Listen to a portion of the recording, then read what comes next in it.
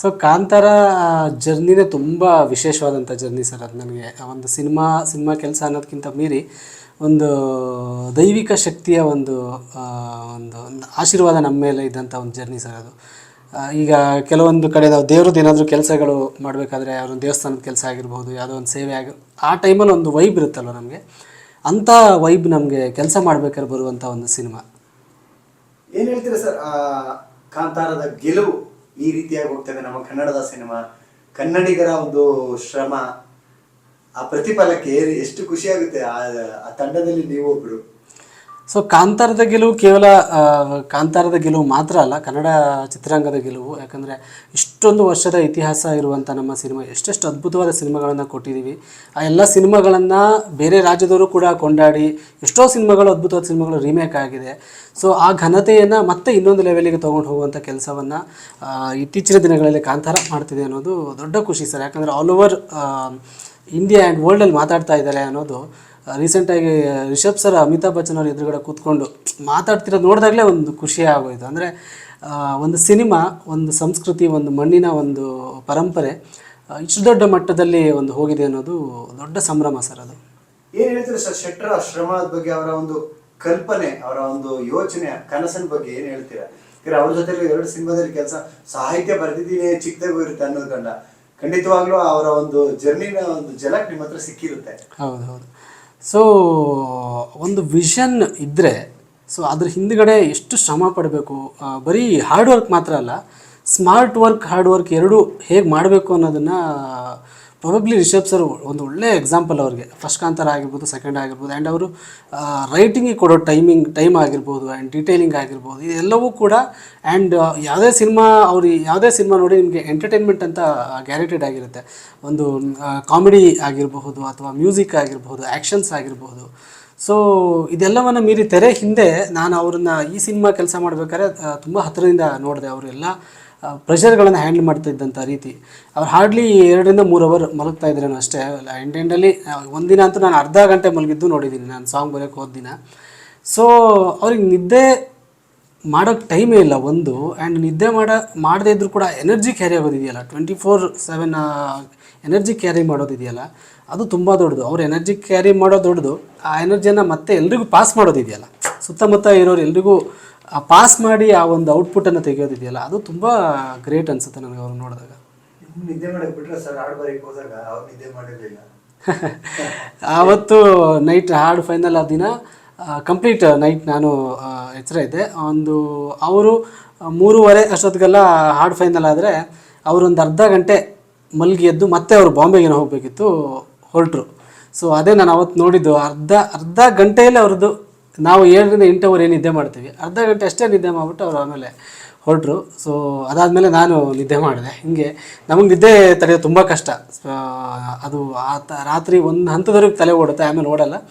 But ಕಾಂತಾರದ 2 ಹಾಡುಗಳು final ಆಗಿದ್ದು ರಾತ್ರಿನೇ. So over night. ಸಿಂಗಾರ ಸಿರಿ ಆದ ನಂತರ ಈ ಸಿನಿಮಾದಲ್ಲೂ ಇದೊಂಥರ, ಅದೊಂಥರ ಲವ್, ಇದೊಂಥರ ಲವ್ ಹೇಗಿತ್ತು ಸರ್? ಆ ಕತೆ ಹೇಳಿದಾಗ ನಿಮ್ಗೆ ಏನು ಅನ್ನಿಸ್ತು?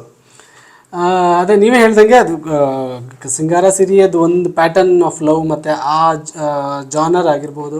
ಸಿನಿಮಾದ ನಿಮಗೆ ಕ್ಯಾನ್ವಾಸ್ ನೋಡಿದ್ರೆ, ಸೊ ತುಂಬ ದೊಡ್ಡ ಕ್ಯಾನ್ವಾಸ್ ಇದು. ಆ್ಯಂಡ್ ನಮಗೆ ಮ್ಯೂಸಿಕಲ್ಲಿ ಕೂಡ ತುಂಬ ಡಿಫ್ರೆಂಟ್ ಆಗಿದ್ದಂಥ ಟ್ಯೂನು.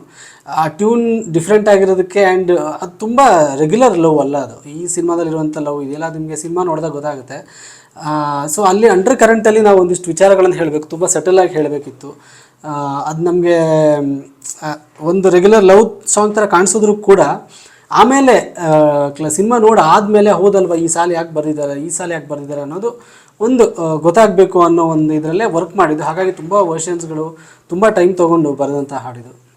ಸಾಂಗ್ ಬರೀಬೇಕಾದಂಥ ಸಂದರ್ಭದಲ್ಲಿ ಅಪ್ಪ ಸಿನಿಮಾದ ನಾಯಕಿ ಜೊತೆಗೆ ವಿಲನ್ ಇವರೇ, ಸೊ ನೋಡಿ ಪದಗಳನ್ನ ಬರೀರಿ ಅನ್ನುವಂಥದ್ದು ಏನಾದರೂ ಟಿಪ್ಸ್ ಕೊಟ್ಟಿದ್ರ? ಇಲ್ಲ ಸರ್, ನನಗೆ ಏನು ಆ ಥರದ್ದು ಏನೂ ಇರಲಿಲ್ಲ. ಒನ್ಲಿ ಏನಂದರೆ ಆ ಒಂದು ಗ್ಯಾಪ್ ಇದೆ ಅವರಿಗೆ. ಇವರು ಕಾಂತಾರ ಕಾಡಲ್ಲಿರೋರು, ಒಂದು ಮೂಲ ಜನಾಂಗಕ್ಕೆ ಸೇರಿದವರು, ಇವಳು ರಾಣಿ ಯುವರಾಣಿ ಅನ್ನೋದೊಂದು ಗೊತ್ತಿತ್ತು. ಸೊ ಆ ಗ್ಯಾಪ್ ಏನಿದೆ ಅವ್ರ ಮಧ್ಯೆ ಲವ್ ಆಗುವಂಥದ್ದು ಇದೆಯಲ್ಲ, ಅದನ್ನು ಹಾಡಲ್ಲಿ ಹೆಂಗೆ ತರ್ಬೋದು, ಲೈನ್ಸಲ್ಲಿ ಹೆಂಗೆ ತರ್ಬೋದು ಅನ್ನೋ ಒಂದು ವಿಚಾರವಾಗಿ ಯೋಚನೆ ಮಾಡಿ ಬರೆದಿರೋದು ಸರ್. ನೀವೇನಾದರೂ ಶೂಟಿಂಗ್ ಶೂಟ್ಗೆ ಹೋಗಿದ್ರ ಆ ಸಂದರ್ಭದಲ್ಲಿ ಅವರ ಒಂದು ಕಾರ್ಯವೈಖರಿ? ಯಾಕಂದರೆ ಸಾಕಷ್ಟು ಸಿನಿಮಾಗಳನ್ನ ನೋಡಿದ್ರಿ, ಈ ಮಟ್ಟದ ಒಂದು ದೊಡ್ಡ ಬಜೆಟ್ನ ದೊಡ್ಡ ಯೋಚನೆ ಸಿನಿಮಾ ಐ ಥಿಂಕ್ ಇದೇ ಮೊದಲು ಶೆಟ್ರಿಗೆ. ಎಸ್ ಎಸ್ ನಾನು ಇಮಿಡಿಯೇಟ್ ಅವರು ಟ್ಯೂನ್ ಕೇಳ್ಸೋಕ್ಕೆ ಅಂತ ಫಸ್ಟ್ ಅವರು ಕಂಪೋಸಿಂಗ್ ನಡೀತಾ ಇದ್ದಂಥ ಜಾಗ ಕರೆದ್ರು ಕುಂದಾಪುರದಲ್ಲಿ. ಅಲ್ಲಿ ಹೋಗಿ ಟ್ಯೂನ್ ಎಲ್ಲ ಕೇಳಿ ನಾನು ಸಿಚುವೇಶನ್ ಎಲ್ಲ ತಿಳ್ಕೊಂಬಂದಮೇಲೆ ನೆಕ್ಸ್ಟ್ ಡೇನೇ ನಾನು ಶೂಟಿಂಗ್ ಸೆಟ್ಗೆ ಕರೆದ್ರು ಅವರು. ಬಾ ಮಗ ನೀನು ಒಂದ್ಸತಿ ಸೆಟ್ಟಿಗೆ ಬಾ ಅಂತ ಹೇಳಿ ಅಲ್ಲಿ ನಾನು ಸ್ವಲ್ಪ ಫೂಟೇಜಸ್ ತೋರಿಸ್ತೀನಿ ನಿಮಗೆ, ಸಾಂಗ್ದು ಶೂಟ್ ಆಗಿರೋ ಫೂಟೇಜಸ್ ತೋರಿಸ್ತೀನಿ ಅಂತ ಹೇಳಿದರು. ಸೊ ಹಾಗಾಗಿ ನಾನು ಮಧುರ್ ಅಂತ ಅಲ್ಲಿ ನಿಮಗೇನು ಅರಮನೆ ಮತ್ತು ರಾಜಬೀದಿ ಏನು ಪೋರ್ಷನ್ ಬರುತ್ತೆ ಆ ಪೋರ್ಷನಲ್ಲಿ ಚಾರಿಯಟ್ ಫೈಟ್ ಏನಿದೆ ಅದರ ಒಂದಿಷ್ಟು ಶಾರ್ಟ್ಸ್ ತೆಗಿತಾಯಿದ್ರು. ಅವಾಗ ನಾನು ಹೋಗಿದ್ದೆ. ಲೊಕೇಶನ್ ಹೆಂಗಿತ್ತು, ಇಷ್ಟು ಕಷ್ಟಪಟ್ಟು ಕೆಲಸ ಮಾಡ್ತಿದ್ರು ಅಂದರೆ ಅಲ್ಲಿರೋರು ಸಾವಿರಾರು ಜನ ಜೂನಿಯರ್ ಆರ್ಟಿಸ್ಟು, ಡೈರೆಕ್ಷನ್ ಡಿಪಾರ್ಟ್ಮೆಂಟ್ ಅವ್ರನ್ನೆಲ್ಲ ಹ್ಯಾಂಡಲ್ ಮಾಡಬೇಕು. ಆ್ಯಂಡ್ ರಿಷಬ್ ಸರ್ ಆ್ಯಕ್ಟಿಂಗ್ ಮಾಡಬೇಕು, ಅದ್ರ ಜೊತೆಗೆ ಡೈರೆಕ್ಷನ್ ಮಾಡಬೇಕು. ಸೊ ಅದನ್ನೆಲ್ಲ ನೋಡಿದಾಗ ನನಗೆ ಎಷ್ಟೊಂದು ಎಫರ್ಟ್ ಹಾಕಿ ಒಂದು ಸಿನಿಮಾ ಮಾಡ್ತಿದ್ದಾರೆ ಅನ್ನೋದು. ಆ್ಯಂಡ್ ಆ ಜಾಗಕ್ಕೆ ಹೋಗೋದೇ ತುಂಬ ಕಷ್ಟ. ಅದೊಂಥರ ಒಂದು ಗುಡ್ಡದ ಮೇಲೆ, ನನ್ನ ಪ್ರಕಾರ ಮನುಷ್ಯ ಯಾರು ಮುಂಚೆ ಹೋಗೇ ಇಲ್ಲ, ಇವರೇ ದಾರಿ ಮಾಡ್ಕೊಂಡು ಹೋಗಿ ಅಲ್ಲಿ ಸೆಟ್ ಹಾಕಿರೋದು. ಸೊ ಅಂಥ ಜಾಗದಲ್ಲಿ ಶೂಟ್ ಆಗಿರೋದು. ತುಂಬ ಈ ಥರದ ಜಾಗಗಳಿದೆ ನಮಗೆ. ನೀವು ಕಾಂತಾರದಲ್ಲಿ ನೋಡಿರೋದು ಮ್ಯಾಕ್ಸಿಮಮ್ ಜಾಗಗಳು ನಮ್ಮ ಕರಾವಳಿ ಜಾಗಗಳೇ. ಸೊ ಎಲ್ಲಿ ಯಾರೂ ಹೋಗೇ ಇಲ್ವೋ ಅಲ್ಲಿ ಹೋಗಿ ವರ್ಕ್ ಮಾಡಿರೋದು. ಹಾಗಾಗಿ ತುಂಬ ಅಂದರೆ ಎಂಥ ಸಿನಿಮಾ ಆಗ್ತಾಯಿದೆ ಅನ್ನೋ ಒಂದು ಅಚ್ಚರಿ ನಮಗೆ. ಅದ್ರ ಜೊತೆಗೆ ನಾವು ಎಷ್ಟು ಎಫರ್ಟ್ ಹಾಕಬೇಕು. ಸೊ ನಾವು ತೆರೆಮರೆಯಲ್ಲಿ ಕೆಲಸ ಮಾಡ್ತಿರೋ, ನಾವೇನು ಆರಾಮಾಗಿ ಈ ಥರ ರೂಮಲ್ಲಿ ಕೂತ್ಕೊಂಡು ಬರಿತೀವಿ, ಬಟ್ ಮೆಂಟಲಿ ನಾವು ಎಷ್ಟು ಎಫರ್ಟ್ ಹಾಕಬೇಕು. ಅವರಲ್ಲಿ ಫಿಸಿಕಲಿ ಅಷ್ಟೊಂದು ಎಫರ್ಟ್ ಹಾಕ್ತಿದ್ದಾರೆ, ಮೆಂಟಲಿ ಅಷ್ಟೊಂದು ಎಫರ್ಟ್ ಹಾಕ್ತಿದ್ದಾರೆ ಅಂದಾಗ ನಮ್ಮ ಕೆಲಸನೂ ನಾವು ತುಂಬ ಅಚ್ಚುಕಟ್ಟಾಗಿ ಮಾಡಬೇಕು. ಈ ಸಿನಿಮಾಕ್ಕೆ ನ್ಯಾಯ ಒದಗಿಸ್ಬೇಕು. ಸುಮ್ಮನೆ ಈ ಸಿನಿಮಾ ಭಾಗ ಆಗೋಕ್ಕಾಗಲ್ಲ. ಅದೊಂದು ಏನೋ ಒಂದು ದೈವಿಕ ಶಕ್ತಿ ಆಶೀರ್ವಾದ ಇರ್ಬೋದು, ಒಂದು ಪುಣ್ಯ ಇರ್ಬೋದು ಅಂತಲೇ ನನಗೆ ಅನಿಸಿದ್ದು ಆ ಸೆಟ್ಗೆ ಹೋಗಿ ಬಂದಾಗ. ದೈವದ ನೀವು ಕೂಡ ಆ ಭಾಗದ ಕರಾವಳಿಯ ಕೂಸು. ಸೊ ಆ ನಂಬಿಕೆಗಳ ಬಗ್ಗೆ, ಯಾಕಂದ್ರೆ ಒಂದಷ್ಟು ಜನರ ಹುಚ್ಚಾಟಗಳನ್ನ ನಾವು ನೋಡ್ತಾ ಇದೀವಿ ಸರ್. ಸಿನಿಮಾ ರೀತಿ ನೋಡ್ಬೇಕು, ದೇವರ ರೀತಿ ಆರಾಧಿಸ್ಬೇಕು. ಆದ್ರೆ ಆ ಹುಚ್ಚಾಟಗಳಿಗೆ ಏನ್ ಹೇಳ್ತೀರಿ ಸರ್? ಖಂಡಿತವಾಗ್ಲೂ ಅದು ಅಂದರೆ ದಯವಿಟ್ಟು ಮಾಡಬಾರ್ದು. ಯಾಕಂದರೆ ಒಂದು ಸಿನಿಮಾ ಆಗಬೇಕು, ಆ ದೈವದ್ದು ಇದು ಮಾಡಬೇಕು ಅಂದಾಗ ಸಿನಿಮಾದಲ್ಲಿ ಅದನ್ನು ತೋರಿಸ್ಬೇಕು ಅಂದರೆ ಎಷ್ಟು ನಿಷ್ಠೆಯಿಂದ ಮಾಡಬೇಕು. ಆ್ಯಂಡ್ ದೈವದ ಅನುಮತಿಯನ್ನು ಪಡ್ಕೊಂಡು ದೈವ ಹೇಳಿದಂಥ ರೀತಿಯೆಲ್ಲ ನಡೆದು ಅದಕ್ಕೆ ಏನೇನು ತುಂಬ ವಿಚಾರಗಳಿದೆ ಅಲ್ಲಿ. ಸುಮ್ಮನೆ ಕಾಸ್ಟ್ಯೂಮ್ ಹಾಕ್ಕೊಂಡು ಸುಮ್ಮನೆ ಆ್ಯಕ್ಟಿಂಗ್ ಮಾಡಿರಲ್ಲ ಅದನ್ನು. ಅದಕ್ಕೆ ಫಸ್ಟ್ ಕಾಂತಾರದಲ್ಲೂ ಅಷ್ಟೇ, ಇಲ್ಲ ಅಂದರೆ ಅದನ್ನೆಲ್ಲ ಮಾಡೋದಕ್ಕೆ ಆಗೋದೇ ಇಲ್ಲ, ದೈವದ ಒಂದು ಆಶೀರ್ವಾದ ಇಲ್ಲ ಅಂದರೆ. ಸೊ ಅಷ್ಟು ನಿಷ್ಠೆಯಿಂದ ಮಾಡಿದಂಥ ಒಂದು ವಿಚಾರವನ್ನು ನೀವು ಈ ಒಂದು ರೀಲ್ಗೋಸ್ಕರನೋ ವ್ಯೂಸ್ಗೋಸ್ಕರ ಏನೋ ಒಂದು ಪಬ್ಲಿಸಿಟಿಗೋಸ್ಕರ ಈ ಥರ ಮಾಡಿದಾಗ ಅದು ನಮ್ಮ ಸಂಸ್ಕೃತಿಗೆ, ನಮ್ಮ ಪರಂಪರೆಗೆ ಮಾಡುವಂಥ ತುಂಬ ಒಂದು ದೊಡ್ಡ ಪೆಟ್ಟು ಅದು. ಸೊ ದಯಮಾಡಿ ಹಾಗೆ ಮಾಡಬೇಡಿ ಯಾರು. ಸೊ ನಾನು ತುಂಬ ಜನರು ಇದರೆಲ್ಲ ಹಾಕ್ತಾ ನೋಡಿದೆ. ಇವನ್ ನಾನು ಕೂಡ ನಾನು ಚಪ್ಪಲ್ ತೆಗೆದ್ಬಿಟ್ಟೆ ಸಿನಿಮಾ ನೋಡಿರೋದು. ಅದು ನನಗೆ ಹಾಗೇ ಇಲ್ಲ. ಸೊ ನಮಗೆ ದೇವರ ಸಿನಿಮಾಗಳು ಅಂತ ಬಂದಾಗ ನಮ್ಮ ಮುಂಚೆಯಿಂದನೂ ಭಕ್ತ ಪ್ರಹ್ಲಾದ ಅಂತ ಒಂದು ಸಿನಿಮಾ ಇತ್ತು. ನಾವು ಚಿಕ್ಕವರು ಇರ್ಬೇಕಾರೆಲ್ಲ ಅದನ್ನು ಸಿಡಿ ತರೋರು ನಮ್ಮ ಊರುಗಳಿಗೆ. ಮಣಿಕಂಠನ ಮಹಿಮೆ ಅಂತ ಇತ್ತರೋರು. ಆಮೇಲೆ ಶ್ರೀ ಮಂಜುನಾಥ ಆಗಿರ್ಬೋದು. ಇಂಥ ಸಿನಿಮಾಗಳೆಲ್ಲ ಇದೆಯಲ್ಲ, ನಮಗೆ ನಾವು ಸಿನಿಮಾ ಅನ್ನೋದಕ್ಕಿಂತ ನಮಗೊಂದು ಎಮೋಷ್ನಲಿ ಒಂದು ದೇವ್ರ ಜೊತೆ ಒಂದು ಎಮೋಷ್ನಲಿ ಅಟ್ಯಾಚ್ಮೆಂಟ್ ಆಗಿ ನೋಡಿದಂಥ ಒಂದಿಷ್ಟು ಸಿನಿಮಾಗಳು. ಸೊ ಆ ಒಂದು ಕ್ಯಾಟಗರಿಯಲ್ಲಿ ಸೇರುವಂಥ ಸಿನಿಮಾ. ಹಾಗಾಗಿ ಅದನ್ನು ಹುಚ್ಚಾಟಕ್ಕೆ ಬಲಿ ಮಾಡಬೇಡಿ. ಯಾಕಂದರೆ ನೀವು ಮಾಡುವಂಥ ಹುಚ್ಚಾಟಗಳನ್ನು ನೆಕ್ಸ್ಟ್ ಜನ್ರೇಷನ್ ನೋಡ್ತಾ ಇರ್ತಾರೆ. ಸೊ ನೆಕ್ಸ್ಟ್ ಜನ್ರೇಷನ್ಗೆ ನಮ್ಮ ನಂಬಿಕೆ ಮೇಲೆ ಒಂದು ನಂಬಿಕೆನೇ ಇಲ್ಲದೇ ಇರೋ ಥರ ಆಗಬಾರ್ದು. ಹಾಗಾಗಿ ಅದನ್ನೆಲ್ಲ ಸ್ಟಾಪ್ ಮಾಡಿ ಅಂತ ಕೇಳ್ಕೊಳ್ಳೋದಕ್ಕೆ ಇಷ್ಟಪಡ್ತೀನಿ. ಸಿನಿಮಾಗಾಗಿ ಅಷ್ಟು ದಿನ ಕಷ್ಟಪಟ್ಟರು, ಆದರೆ ಅದನ್ನ ಬರವಣಿಗೆಗೆ ಇಳಿಸೋದಕ್ಕೆ ಯಾವ ರೀತಿಯಾದಂಥ ಶ್ರಮ ಇತ್ತು ರಿಷಬ್ ಸರ್ ಮತ್ತೆ ಅವರ ತಂಡದ್ದು? ನಿಮಗೂ ಅದರದ ಒಂದು ಐಡಿಯಾ ಏನಾದರೂ ಇತ್ತಾ, ಈ ಥರ ವರ್ಕ್ ನಡೀತಾ ಇದೆ ಅನ್ನೋಂಥದ್ದು ಸರ್? ಅವ್ರದ್ದು ನಿಮ್ಗೆ ಸಿನಿಮಾ ನೋಡಿದಾಗಲೇ ಗೊತ್ತಾಗುತ್ತೆ. ಅವ್ರು ರಿಕ್ಕಿಯಿಂದ ಸರ್ಕಾರಿಯಿಂದ ನಿಮಗೆ ಡಿಟೇಲಿಂಗ್ ಇದೆಯಲ್ಲ. ನಿಮ್ಗೆ ಸರ್ಕಾರಿಯಲ್ಲಿ ಒಂದು ಲೈನ್ ಕತೆ, ಕನ್ನಡ ಶಾಲೆ ಉಳಿಸ್ಕೊಳ್ಳುವಂಥದ್ದು ಒಂದು ಕತೆನ ನಿಮಗೆ ಅಷ್ಟು ಕಾಮಿಡಿಯಾಗಿ ಪ್ರತಿಯೊಂದು ಕ್ಯಾರೆಕ್ಟರ್ಗೂ ಒಂದು ಅದ್ಭುತವಾದಂಥ ಕ್ಯಾರೆಕ್ಟರೈಸೇಷನ್ ಕೊಟ್ಟರು. ಅದರಲ್ಲಿ ಒಂದು ಕಾಮಿಡಿ ಸೆನ್ಸ್ ತಂದು. ಸೊ ಈ ಥರದ ವಿಚಾರಗಳನ್ನು ತರೋದ್ರಲ್ಲಿ ತುಂಬ ಒಂದು ಗಟ್ಟಿ ಕೈ ಅವರದ್ದು. ಆ್ಯಂಡ್ ಅವರ ರೈಟಿಂಗ್ ಟೀಮ್ ತುಂಬ ಚೆನ್ನಾಗಿತ್ತು. ಶನೀಲ್ ಅವರಾಗಿರ್ಬೋದು, ಅನಿರುದ್ಧ್ ಮಹೇಶ್ ಅವರಾಗಿರ್ಬೋದು. ಸೊ ಇವರು ಒಂದೆರಡು ಸೀನ್ಗಳನ್ನು ಬರೆಯೋದನ್ನು ನಾನು ನೋಡಿದ್ದೀನಿ. ಅಂದರೆ ನಾನು ಬರೆಯೋಕ್ಕೆ ಹೋದ ಟೈಮಲ್ಲಿ ಒಂದು ಸೀನ್ಗೋಸ್ಕರ ಓವರ್ ನೈಟ್ ಡಿಸ್ಕಸ್ ಮಾಡಿದ್ದನ್ನು ನಾನು ನೋಡಿದ್ದೀನಿ. ಒಂದೇ ಒಂದು ಸೀನ್, ಒಂದು 2 ನಿಮಿಷದ ಸೀನ್ ಅದು. ಬಟ್ ಇವರು ಓವರ್ ನೈಟ್ ಡಿಸ್ಕಸ್ ಮಾಡ್ತಾರೆ. ಅದು ಆಲ್ರೆಡಿ ಡಿಸ್ಕಸ್ ಆಗಿ ಫೈನಲ್ ಆಗಿರೋ ಸೀನು. ಆ್ಯಂಡ್ ಅವರು DOP ಅರವಿಂದ್ ಅವರು ಅವ್ರ ಜೊತೆ ಜಾಯ್ನ್ ಆಗ್ತಾರೆ. ಅವ್ರ ವ್ಯೂಸ್ಗಳನ್ನು ಹೇಳ್ತಾರೆ. ಸೊ ರೈಟಿಂಗಿಗೆ ಹಾಳೆ ಮೇಲೆ ಏನು ಬೇಕು ಆ ಪ್ರಿಪ್ರೇಷನ್ ಕಂಪ್ಲೀಟಾಗಿ 200% ಮಾಡಿಕೊಂಡೇ ಶೂಟಿಂಗ್ ಹೋಗುವಂಥ ಒಬ್ಬ ನಿರ್ದೇಶಕ. ಹಾಗಾಗಿ ಆ ಯಶಸ್ಸು ಅವ್ರದ್ದು ಯಾವಾಗಲೂ ಹಾಗೆ ಇರುತ್ತೆ.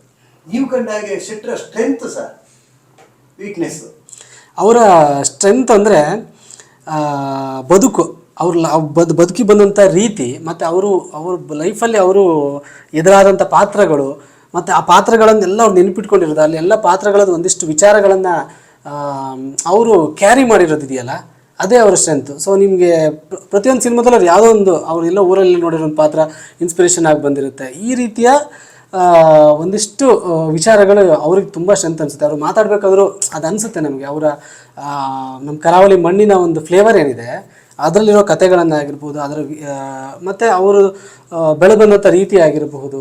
ಸೊ ಎಲ್ಲ ಅವ್ರಿಗೆ ಆ ಜನ್ರೇಷನಿಂದ ಜನ್ರೇಷನ್ಗೆ ಇನ್ಫಾರ್ಮೇಷನ್ ಚೆನ್ನಾಗಿ ಪಾಸಾಗಿ ಸರಿಗೆ ಬಂದಿದೆ ಅಂತ ನನಗೆ ಅನಿಸುತ್ತೆ. ಅದು ನಿಮ್ಮ ಪಾತ್ರ ಸಿನಿಮಾದ ಹಾಡು ಬರೀಬೇಕಾದಂಥ ಸಂದರ್ಭದಲ್ಲಿ ನಿಮ್ಮ ಕಲ್ಪನೆ ಯಾವ ಮಟ್ಟಕ್ಕೆ ಹೋಯ್ತು ಅವ್ರ ಕಥೆ ಹೇಳಿದಾಗಲ್ಲ? ಯಾಕಂದ್ರೆ ನಿಮ್ಗೂ ಚಾಲೆಂಜಿಂಗ್ ಇರುತ್ತೆ. ಅವರು ಈ ಕಾಂತಾರ ಇದ್ದು ತುಂಬಾ ವರ್ಷಗಳ ಹಿಂದೆ ಹೋಗ್ಬಿಟ್ರು, ಶತಮಾನಗಳ ಹಿಂದೆನೆ ಹೋದ್ರು. ಸೊ ನೀವು ಅವ್ರ ಜೊತೆ ಹೋಗ್ಬೇಕಿತ್ತು, ನಿಮ್ಗೆ ಎಷ್ಟು ಚಾಲೆಂಜಿಂಗ್ ಅನ್ನಿಸ್ತದೆ? ಸೊ ನನಗೆ ಸಿನಿಮಾ ಅನೌನ್ಸ್ ಆದಾಗಲೇ ನನಗೆ ಮೆಂಟಲಿ ಗೊತ್ತಾಯಿತು, ನನಗೆ ಈ ಸತಿ ಹಾಡು ಬಂದರೆ ಈ ಥರ ಇನ್ನೂ ಬೇರೆ ಥರ ಇರುತ್ತೆ ಹಾಡು ಅನ್ನೋದೊಂದಿತ್ತು. ಬಟ್ ನಮಗೆ ಕೆಲಸ ಸ್ಟಾರ್ಟ್ ಆಗೋವರೆಗೂ ಅದು ಟ್ಯೂನ್ ಹೆಂಗಿರುತ್ತೆ ಅದೇನು ಅನ್ನೋದವರೆಗೂ ನಾವು ಜಾಸ್ತಿ ತಲೆ ಕೆಡಿಸ್ಕೊಂಡಿಲ್ಲ. ಸೊ ಒಂದು ಸಿಚುವೇಶನ್ ಹೇಳಿದ್ಮೇಲೆ ಆ್ಯಂಡ್ ಅದೇ ಒಬ್ಬ ರಾಣಿ ಮತ್ತು ಒಬ್ಬ ಕಾಡಿನಲ್ಲಿ ವಾಸವಾಗಿರುವಂಥ ಮೂಲ ಜನಾಂಗದ ಒಬ್ಬ ನಾಯಕ, ಸೊ ಅವರಿಬ್ಬರ ಮಧ್ಯೆ ಪ್ರೀತಿ ಆದಾಗ ಅದನ್ನು ನಾವು ತುಂಬ ಸಟಲ್ಲಾಗಿ ತುಂಬ ಬೇರೆ ರೀತಿಯಲ್ಲಿ ಹೇಳಬೇಕಾಗತ್ತೆ. ಹಾಗಾಗಿ ಅದ್ರ ಮೇಲೆ ನಾನು ತುಂಬ ವರ್ಕ್ ಮಾಡಿದೆ. ಆ್ಯಂಡ್ ಟ್ಯೂನ್ ಕೂಡ ನಿಮಗೆ ಅಜ್ಜು ಸರ್ ಮಾಡೋ ಟ್ಯೂನ್ಗಳು, ಎಸ್ಪೆಷಲಿ ಕಾಂತಾರ ಅಂತ ಬಂದಾಗ ತುಂಬ ಸೌಂಡಿಂಗ್ ಬೇರೆ ಥರ ಇರುತ್ತೆ. ನಿಮಗೆ ರೆಗ್ಯುಲರ್ ಇನ್ಸ್ಟ್ರೂಮೆಂಟ್ಸ್ಗಳನ್ನು ಹಾಕೋಕ್ಕಾಗಲ್ಲ, ಯಾಕಂದರೆ ನಾವು ಆ ಕಾಲಘಟ್ಟದಲ್ಲಿ ನಡೀತಾ ಇರೋದ್ರಿಂದ ನಿಮಗೆ ತುಂಬ ಎಲೆಕ್ಟ್ರಾನಿಕ್ಸ್ ಇನ್ಸ್ಟ್ರೂಮೆಂಟು, ಈಗಿನ ಇನ್ಸ್ಟ್ರೂಮೆಂಟ್ಸು ಹಾಕೋಕ್ಕಾಗಲ್ಲ. ಸೊ ಆ ಥರ ಒಂದು ಟ್ಯೂನ್ ಇದ್ದಾಗ ಅದಕ್ಕೆ ನಾವು ವರ್ಡ್ಸ್ಗಳನ್ನು ಕೂರಿಸೋದಿದೆಯಲ್ಲ, ಅದು ತುಂಬ ಚಾಲೆಂಜಿಂಗ್ ಆಗಿರುತ್ತೆ. ಮತ್ತು ಅಥೆಂಟಿಕ್ ಅನಿಸ್ಬೇಕು ನಾವು ಕೂರಿಸೋ ವರ್ಡ್ಸ್ಗಳು ಕೂಡ. ಸೊ ಹಾಗಾಗಿ ನನಗೆ ಚಾಲೆಂಜಸ್ ಅಂತೂ ಇದ್ದೇ ಇತ್ತು. ನಾನು ತುಂಬ ವರ್ಷನ್ಸ್ ಬರೆದು ಒಂದು ಸತಿ ಹಳೆಗನ್ನಡ ಪ್ಯಾಟರ್ನೆಲ್ಲ ಟ್ರೈ ಮಾಡಿದ್ವಿ. ಅದು ಒಂದು ಸತಿ ಫಸ್ಟ್ ಕೇಳಿದಾಗ ಚೆನ್ನಾಗಿದೆ ಅಂತ ಅನಿಸಿತು, ಮತ್ತೆ ಟೀಮಲ್ಲಿ ಇಲ್ಲ ಇದು ವರ್ಕ್ ಆಗ್ತಿಲ್ಲ ಅಂದಾಗ ಮತ್ತೆ ಬೇರೆ ಈಗೇನು ಸರಳವಾಗಿದೆ ಈ ಸಾಹಿತ್ಯ ಬರೆದು ಫೈನಲ್ ಮಾಡಿದ್ವಿ. ಮದನ ಮೋಹಿನಿ, ಎಸ್. ಯಾವ ಕಾರಣಕ್ಕೆ ಮೋಹಿನಿ ಅಂತ ಕೂರಿಸಿದ್ರಿ ಸರ್? ಮದನ ಮನಮೋಹಿನಿ ಅನ್ನೋದಿದೆಯಲ್ಲ, ಅವನ್ನ ಒಂದು ಇವನ ಪಾಯಿಂಟ್ ಆಫ್ ವ್ಯೂವಲ್ಲಿ, ಸೊ ಅದನ್ನು ಅವಳನ್ನು ಹೊಗಳೋ ರೀತಿಯನ್ನು ಒಂದು ಮದನ ಅಂದರೆ ನಾವು ಈ ಪ್ರೇಮದೇವ ಅಂತ ಕರಿತೀವಿ, ಸೊ ತುಂಬ ಸುಂದರವಾಗಿರೋನು ಅಂತ ಕರಿತೀವಿ. ಸೊ ಅವನ ಮನಸ್ಸನ್ನು ಕೂಡ ಮೋಹಿಸುವಂಥ ಒಂದು ಕೆಪಾಸಿಟಿ ಇರೋಳು ನೀನು, ಅಷ್ಟೊಂದು ಮಾಯಾ ಕಳೆ ನಿನ್ನಲ್ಲಿದೆ ಅನ್ನೋದನ್ನು ಅವನು ಹೇಳಬೇಕು. ಯಾಕಂದರೆ ಅವನ ಪರ್ಪಸ್ಸೇ ಬೇರೆ ಇದೆ, ಅವನಲ್ಲಿ ಬಂದಿರೋ ಪರ್ಪಸ್ಸೇ ಬೇರೆ ಇದೆ, ಅವನಲ್ಲಿ ಕಿಚ್ಚೆ ಬೇರೆ ಇದೆ. ಬಟ್ ಅವಳಿಗೆ ಸೋಲ್ತಾನೆ ಅಂದರೆ ಸೊ ಅದು ಅಷ್ಟು ಚೆನ್ನಾಗಿರ್ಬೇಕು, ಅವಳು ಅಷ್ಟು ಕಾಡಬೇಕು ಅವನ್ನ ಅನ್ನೋದೊಂದು ನನ್ನ ಪಾಯಿಂಟ್ ಆಫ್ ವ್ಯೂವಲ್ಲಿ ಇತ್ತು ಓಪನಿಂಗ್ ಲೈನಲ್ಲಿ. ಮತ್ತು ನನಗೆ ಸೌಂಡಿಂಗ್ ವೈಸ್ ಕೂಡ ತುಂಬ ಸ್ಮೂತಾಗಿರಬೇಕು ಅಂತ ನಾನು ಬೇರೆ ಬೇರೆ ವರ್ಷನ್ಸ್ ಎಲ್ಲ ಬರೆದಿದ್ದೆ. ಬಟ್ ನನಗೆ ಆ ಓಪನಿಂಗ್ ಓ ಮದನ ಮನಮೋಹಿನಿ ಇಷ್ಟು ಈಸಿಯಾಗಿ ಫ್ಲೋ ಆಗೋದಿದೆಯಲ್ಲ, ಅದು ಈಸಿಯಾಗಿ ಬರಬೇಕು ಎಲ್ಲರೂ ಬಾಯಲ್ಲಿ ಅನ್ನೋದೊಂದು ಇತ್ತು. ಸೊ ಹಾಗಾಗಿ ಆ ವರ್ಡ್ ಅಲ್ಲಿಗೆ ಹಾಕಿದ್ದು. ಮದನ ಮೋಹಿನಿ ಕೃಷ್ಣನಿಗೂ ಕೂಡ ಬಳಸುವಂತಹ ಪದ. ಈ ಪದ ಕೇಳಿದಾಗ ಶೆಟ್ರು ಏನಂದ್ರು ಆ ಲೈನ್ ಶುರು? ಸೊ ನಾನು ಒಂದಿಷ್ಟು ವರ್ಷನ್ಸ್ ಕಳಿಸಿದ್ದೆ, ಅದರಲ್ಲಿ ನನಗೆ ಅವ್ರು ಕರೆದು ನನಗೆ ಇದು ಚೆನ್ನಾಗಿದೆ ಮಗ ಅಂಥೇಳಿ ಇದನ್ನು ಫೈನಲ್ ಮಾಡ್ಕೊಂಡಿದ್ರು. ಅದು ಕಂಪ್ಲೀಟ್ ಏನು ಪಲ್ಲವಿ ಇದೆ ಆ ಬಂಚ್ನೇ ಅವರು ಸೆಲೆಕ್ಟ್ ಮಾಡಿ ಇದು ಚೆನ್ನಾಗಿದೆ ಅಂತ ಹೇಳಿ ಅದನ್ನು ಇದು ಮಾಡಿದ್ದು. ಆ್ಯಕ್ಚುಲಿ ರಿಷಬ್ ಸರ್ ಮತ್ತು ನಾವು ಕುಂದಾಪುರದಲ್ಲಿದ್ದಾಗ ಇನ್ನೊಂದು ವರ್ಷನ್ ಓಕೆ ಮಾಡಿದ್ವಿ. ಸೊ ಅದು ಕೂಡ ಅವರಿಗೆ ಇಷ್ಟ ಆಗಿತ್ತು. ಬಟ್ ಆಮೇಲೆ ಅದೇ ನಾವು ಹಳೆಗನ್ನಡ ಸ್ವಲ್ಪ ಹೆವಿ ಆಯಿತು ಆ ವರ್ಡ್ಸ್ ಅನ್ನೋ ವಿಚಾರಕ್ಕೆ ನಾವು ಮತ್ತೆ ಸಿಂಪ್ಲಿಫೈ ಮಾಡಿದ್ವಿ ಅದನ್ನು. ಜಾಸ್ತಿನೇ ಬರೆದಿದ್ದೀನಿ ಸರ್. ಎಷ್ಟು ಯಾವ್ಯಾವ ತರದಲ್ಲಿ ವರ್ಷನ್ಗಳು ನೀವು ಹೋಗ್ತಾ ಇದ್ರಿ, ಯಾವ್ಯಾವ ಥಾಟ್ ಪ್ರೋಸೆಸ್ ಯಾವ ತರ ಇರ್ತಿತ್ತು ಅಂತ ಸರ್ ಅವ್ರ ಜೊತೆ ಕೂತಾಗ ಬರೆಯೋದು ಈಸಿನಾ, ಸಿಂಗಲ್ ಇದ್ರು ಈಸಿನಾ? ನನಗೆ ಆ್ಯಕ್ಚುಲಿ ಅವ್ರ ಎದುರುಗಡೆ ಕೂತಾಗ ಈಸಿ. ಬಟ್ ಏನಂದರೆ ನಾನು ಒಂದಿಷ್ಟು ಟ್ಯೂನ್ ಮೇಲೆ ಟೈಮ್ ಸ್ಪೆಂಡ್ ಮಾಡಿರಬೇಕು. ಟೈಮ್ ಸ್ಪೆಂಡ್ ಮಾಡಿ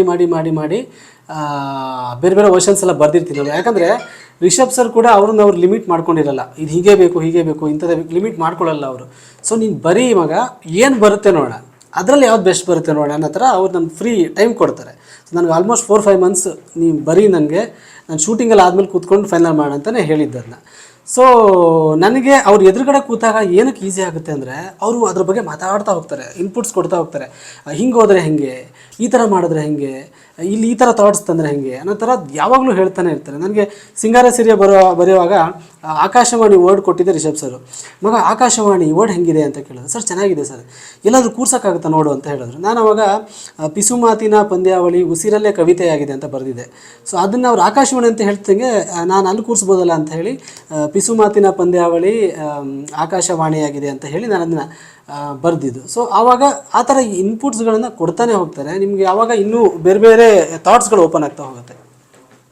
ಸೊ ಹಾಗಾದ್ರೆ 5 ವರ್ಷನಲ್ಲಿ 1 ವರ್ಷ ಫೈನಲ್ ಆಗಿದೆ, ಏನ್ ಅನ್ನಿಸ್ತು ಸರ್ ಈ ತರ ಚೇಂಜ್? ಇಲ್ಲ, ಈ ಸಲ 5 ವರ್ಷನಲ್ಲ, ಈ ಸಲ ಒಂದು 30-40 ವರ್ಷದ ಮೇಲೆ.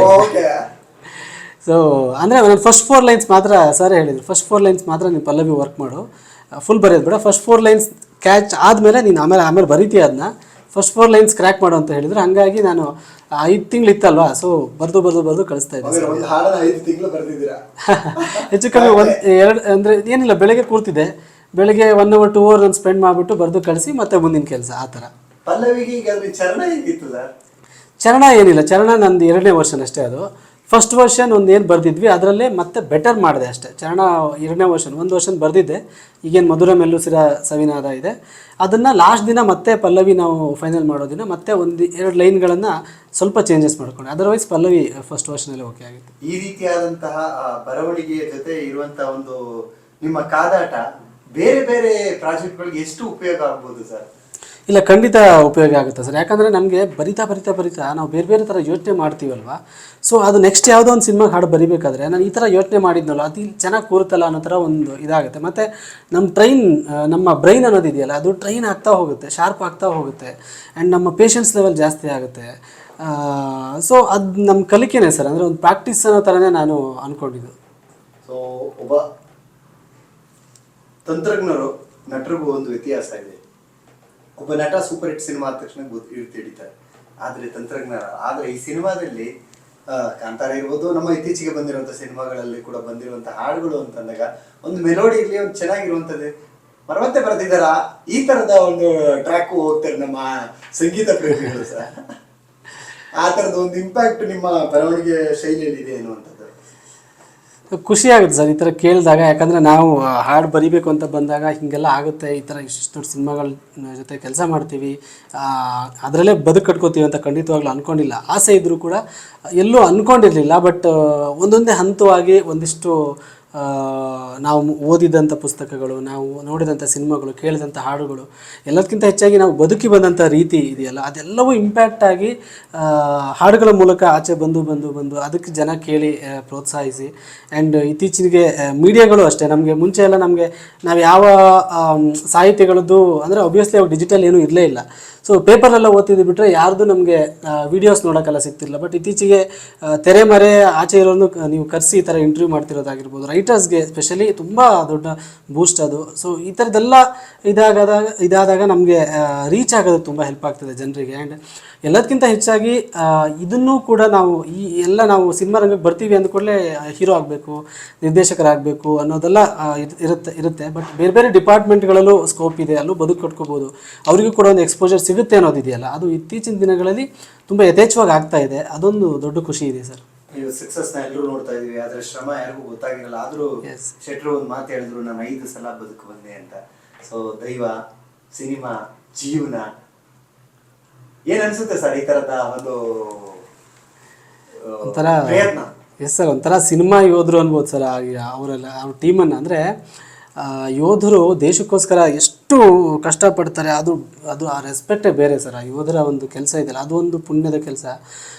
ಇಲ್ಲಿ ಸಿನಿಮಾ ಅಂತ ಬಂದಾಗ ನಾವು ಸಿನಿಮಾಗೋಸ್ಕರ ಏನು ಮಾಡೋಕ್ಕೂ ರೆಡಿ ಇದ್ದೀವಿ ಅನ್ನೋದಿದೆಯಲ್ಲ, ಸೊ ಅದು ತುಂಬ ದೊಡ್ಡದು. ಅಂದರೆ ಅಷ್ಟು ರಿಸ್ಕನ್ನು ತಗೋಬಾರ್ದು, ಬಟ್ ಸ್ಟಿಲ್ ಎಲ್ಲ ಸೇಫ್ಟಿ ಇಟ್ಕೊಂಡು ರಿಸ್ಕ್ ತೊಗೊಂಡು ಅದನ್ನು ಮಾಡಿದಾಗ ಮತ್ತೆ ದೈವದ ಆಶೀರ್ವಾದ ಇದೆಯಲ್ಲ, ಅದು ತುಂಬ ದೊಡ್ಡ ಸ್ಟ್ರೆಂತ್ ಅವರಿಗೆ. ಹಾಗಾಗಿ ಅದನ್ನು ಕೇಳಿದಾಗ ನನಗೂ ಒಂಥರ ಶಾಕ್ ಅನ್ನಿಸ್ತು. ಬಟ್ ಸಿನಿಮಾ ಇಷ್ಟೆಲ್ಲ ಮಾಡಿಸ್ತಿದೆಯಲ್ಲ, ಸಿನಿಮಾ ಯಾವ್ದಾದ್ರು ವಿಚಾರವನ್ನು ಇಷ್ಟು ಪ್ರೀತಿಸೋಕೆ ಸಾಧ್ಯನಾ ಅನ್ನೋ ಥರನೂ ಅನಿಸ್ತು ನನಗೆ. ಸೊ ಫೈನಲಿ ಈಗ ಸಿನಿಮಾ ಯಾರು ಮಾತಾಡುವಂಗಿಲ್ಲ, ಆ ಥರ ಜನರ ಮೇಲೆ ಇಂಪ್ಯಾಕ್ಟ್ ಆಗಿದೆ. ಸೊ ಅಲ್ಲಿಯ ಶ್ರಮ, ಈ ಒಂದು ಪ್ರತಿಭಾ, ಇದ್ರ ಬಗ್ಗೆ ಏನು ಹೇಳಕ್ಕೆ ಇಷ್ಟಪಡ್ತೀವಿ ಕೊನೆಯದಾಗಿ ಸರ್? ಸೊ ಅಂದರೆ ಈ ಇತ್ತೀಚಿನ ದಿನಗಳಲ್ಲಿ ಕನ್ನಡ ಸಿನಿಮಾ ನಾವು ಹೇಳ್ತಿದ್ವಿ, ಫಸ್ಟ್ ಹಾಫಲ್ಲಿ ಆ್ಯಕ್ಚುಲಿ ಕನ್ನಡ ಚಿತ್ರರಂಗ ಸ್ವಲ್ಪ ಸಪ್ಪೆ ಆಗೇ ಇತ್ತು. ಅದಾದಮೇಲೆ ನಮಗೆ ಸೂಫ್ರಮ್ ಶೋ ಆಗಿರ್ಬೋದು, ಏಳುಮಲೆ ಆಗಿರ್ಬೋದು, ಇದೆಲ್ಲ ಸಿನಿಮಾಗಳು ಬಂದಾಗ ಜನರು ಸಿನಿಮಾಗಳ ಥಿಯೇಟ್ರಿಗೆ ಹೋಗೋ ಒಂದು ಇದಿದೆಯಲ್ವಾ, ಒಂದು ಸಿನಿಮಾಗಳ ಮೇಲೆ ವಿಶ್ವಾಸ ಜಾಸ್ತಿ ಆಗ್ತಾ ಹೋಗುತ್ತೆ. ಇನ್ಯಾವುದೋ ನೆಕ್ಸ್ಟ್ ಯಾವುದೋ ಒಂದು ಸಿನಿಮಾ ಬಂದಾಗ ಒಬ್ರು ಯಾರೋ ಒಂದು ಸಿನಿಮಾ ಚೆನ್ನಾಗಿದೆ ಅಂತ ಹೇಳಿದಾಗ ಹೋಗಿ ನೋಡೋದಕ್ಕೆ ಶುರು ಮಾಡ್ತಾರೆ. ಸೊ ಹಾಗಾಗಿ ಈ ಗೆಲುವನ್ನು ಕೇವಲ ಕಾಂತಾರ ಮಾತ್ರ ಅಲ್ಲ, ಎಂಟೈರ್ ಕನ್ನಡ ಇಂಡಸ್ಟ್ರಿ, ಕನ್ನಡಿಗರು ಸೆಲೆಬ್ರೇಟ್ ಮಾಡಬೇಕು. ಯಾಕಂದರೆ ನಾಳೆ ನೀವು ಯಾವುದೋ ಒಂದು, ನೀವು ಸಾಮಾನ್ಯ ಉದ್ಯೋಗದಲ್ಲಿದ್ದವರೇ ಆಗಲಿ, ನಾಳೆ ನೀವು ಡೆಲ್ಲಿಗೋ ಎಲ್ಲೋ ಹೋದಾಗ ನೀವು ಎಲ್ಲಿನವರು, ಕರ್ನಾಟಕದವರು, ಆವಾಗ ನಾವು ಕಾಂತಾರ ನೋಡಿದ್ದೇವೆ ಅಂತ ಹೇಳ್ತಾರೆ, ಅಥವಾ ಮುಂಚೆ KGF ನೋಡಿದ್ದೀನಿ ಅಂತೆಲ್ಲ ಹೇಳಿದಾಗ ನಿಮಗೆ ಆ ಒಂದು ಹೆಮ್ಮೆ ಇದೆ ಗೊತ್ತಾ ನಿಮಗೆ. ನೀವು ಆ ಟೀಮಲ್ಲಿ ವರ್ಕ್ ಮಾಡದೇ ಇರ್ಬೋದು, ಆ ಪ್ರೊಫೆಷನಲ್ ಇಲ್ಲದೇ ಇರ್ಬೋದು, ಬಟ್ ನಮ್ಮ ಸಿನಿಮಾ, ನಮ್ಮ ಕನ್ನಡ ಸಿನಿಮಾ ಬಗ್ಗೆ ಅವ್ರು ಮಾತಾಡ್ತಿದ್ದಾರೆ ಅಂದಾಗ ಅದೊಂದು ದೊಡ್ಡ ಖುಷಿ ಆಗುತ್ತೆ ನಿಮಗೆ.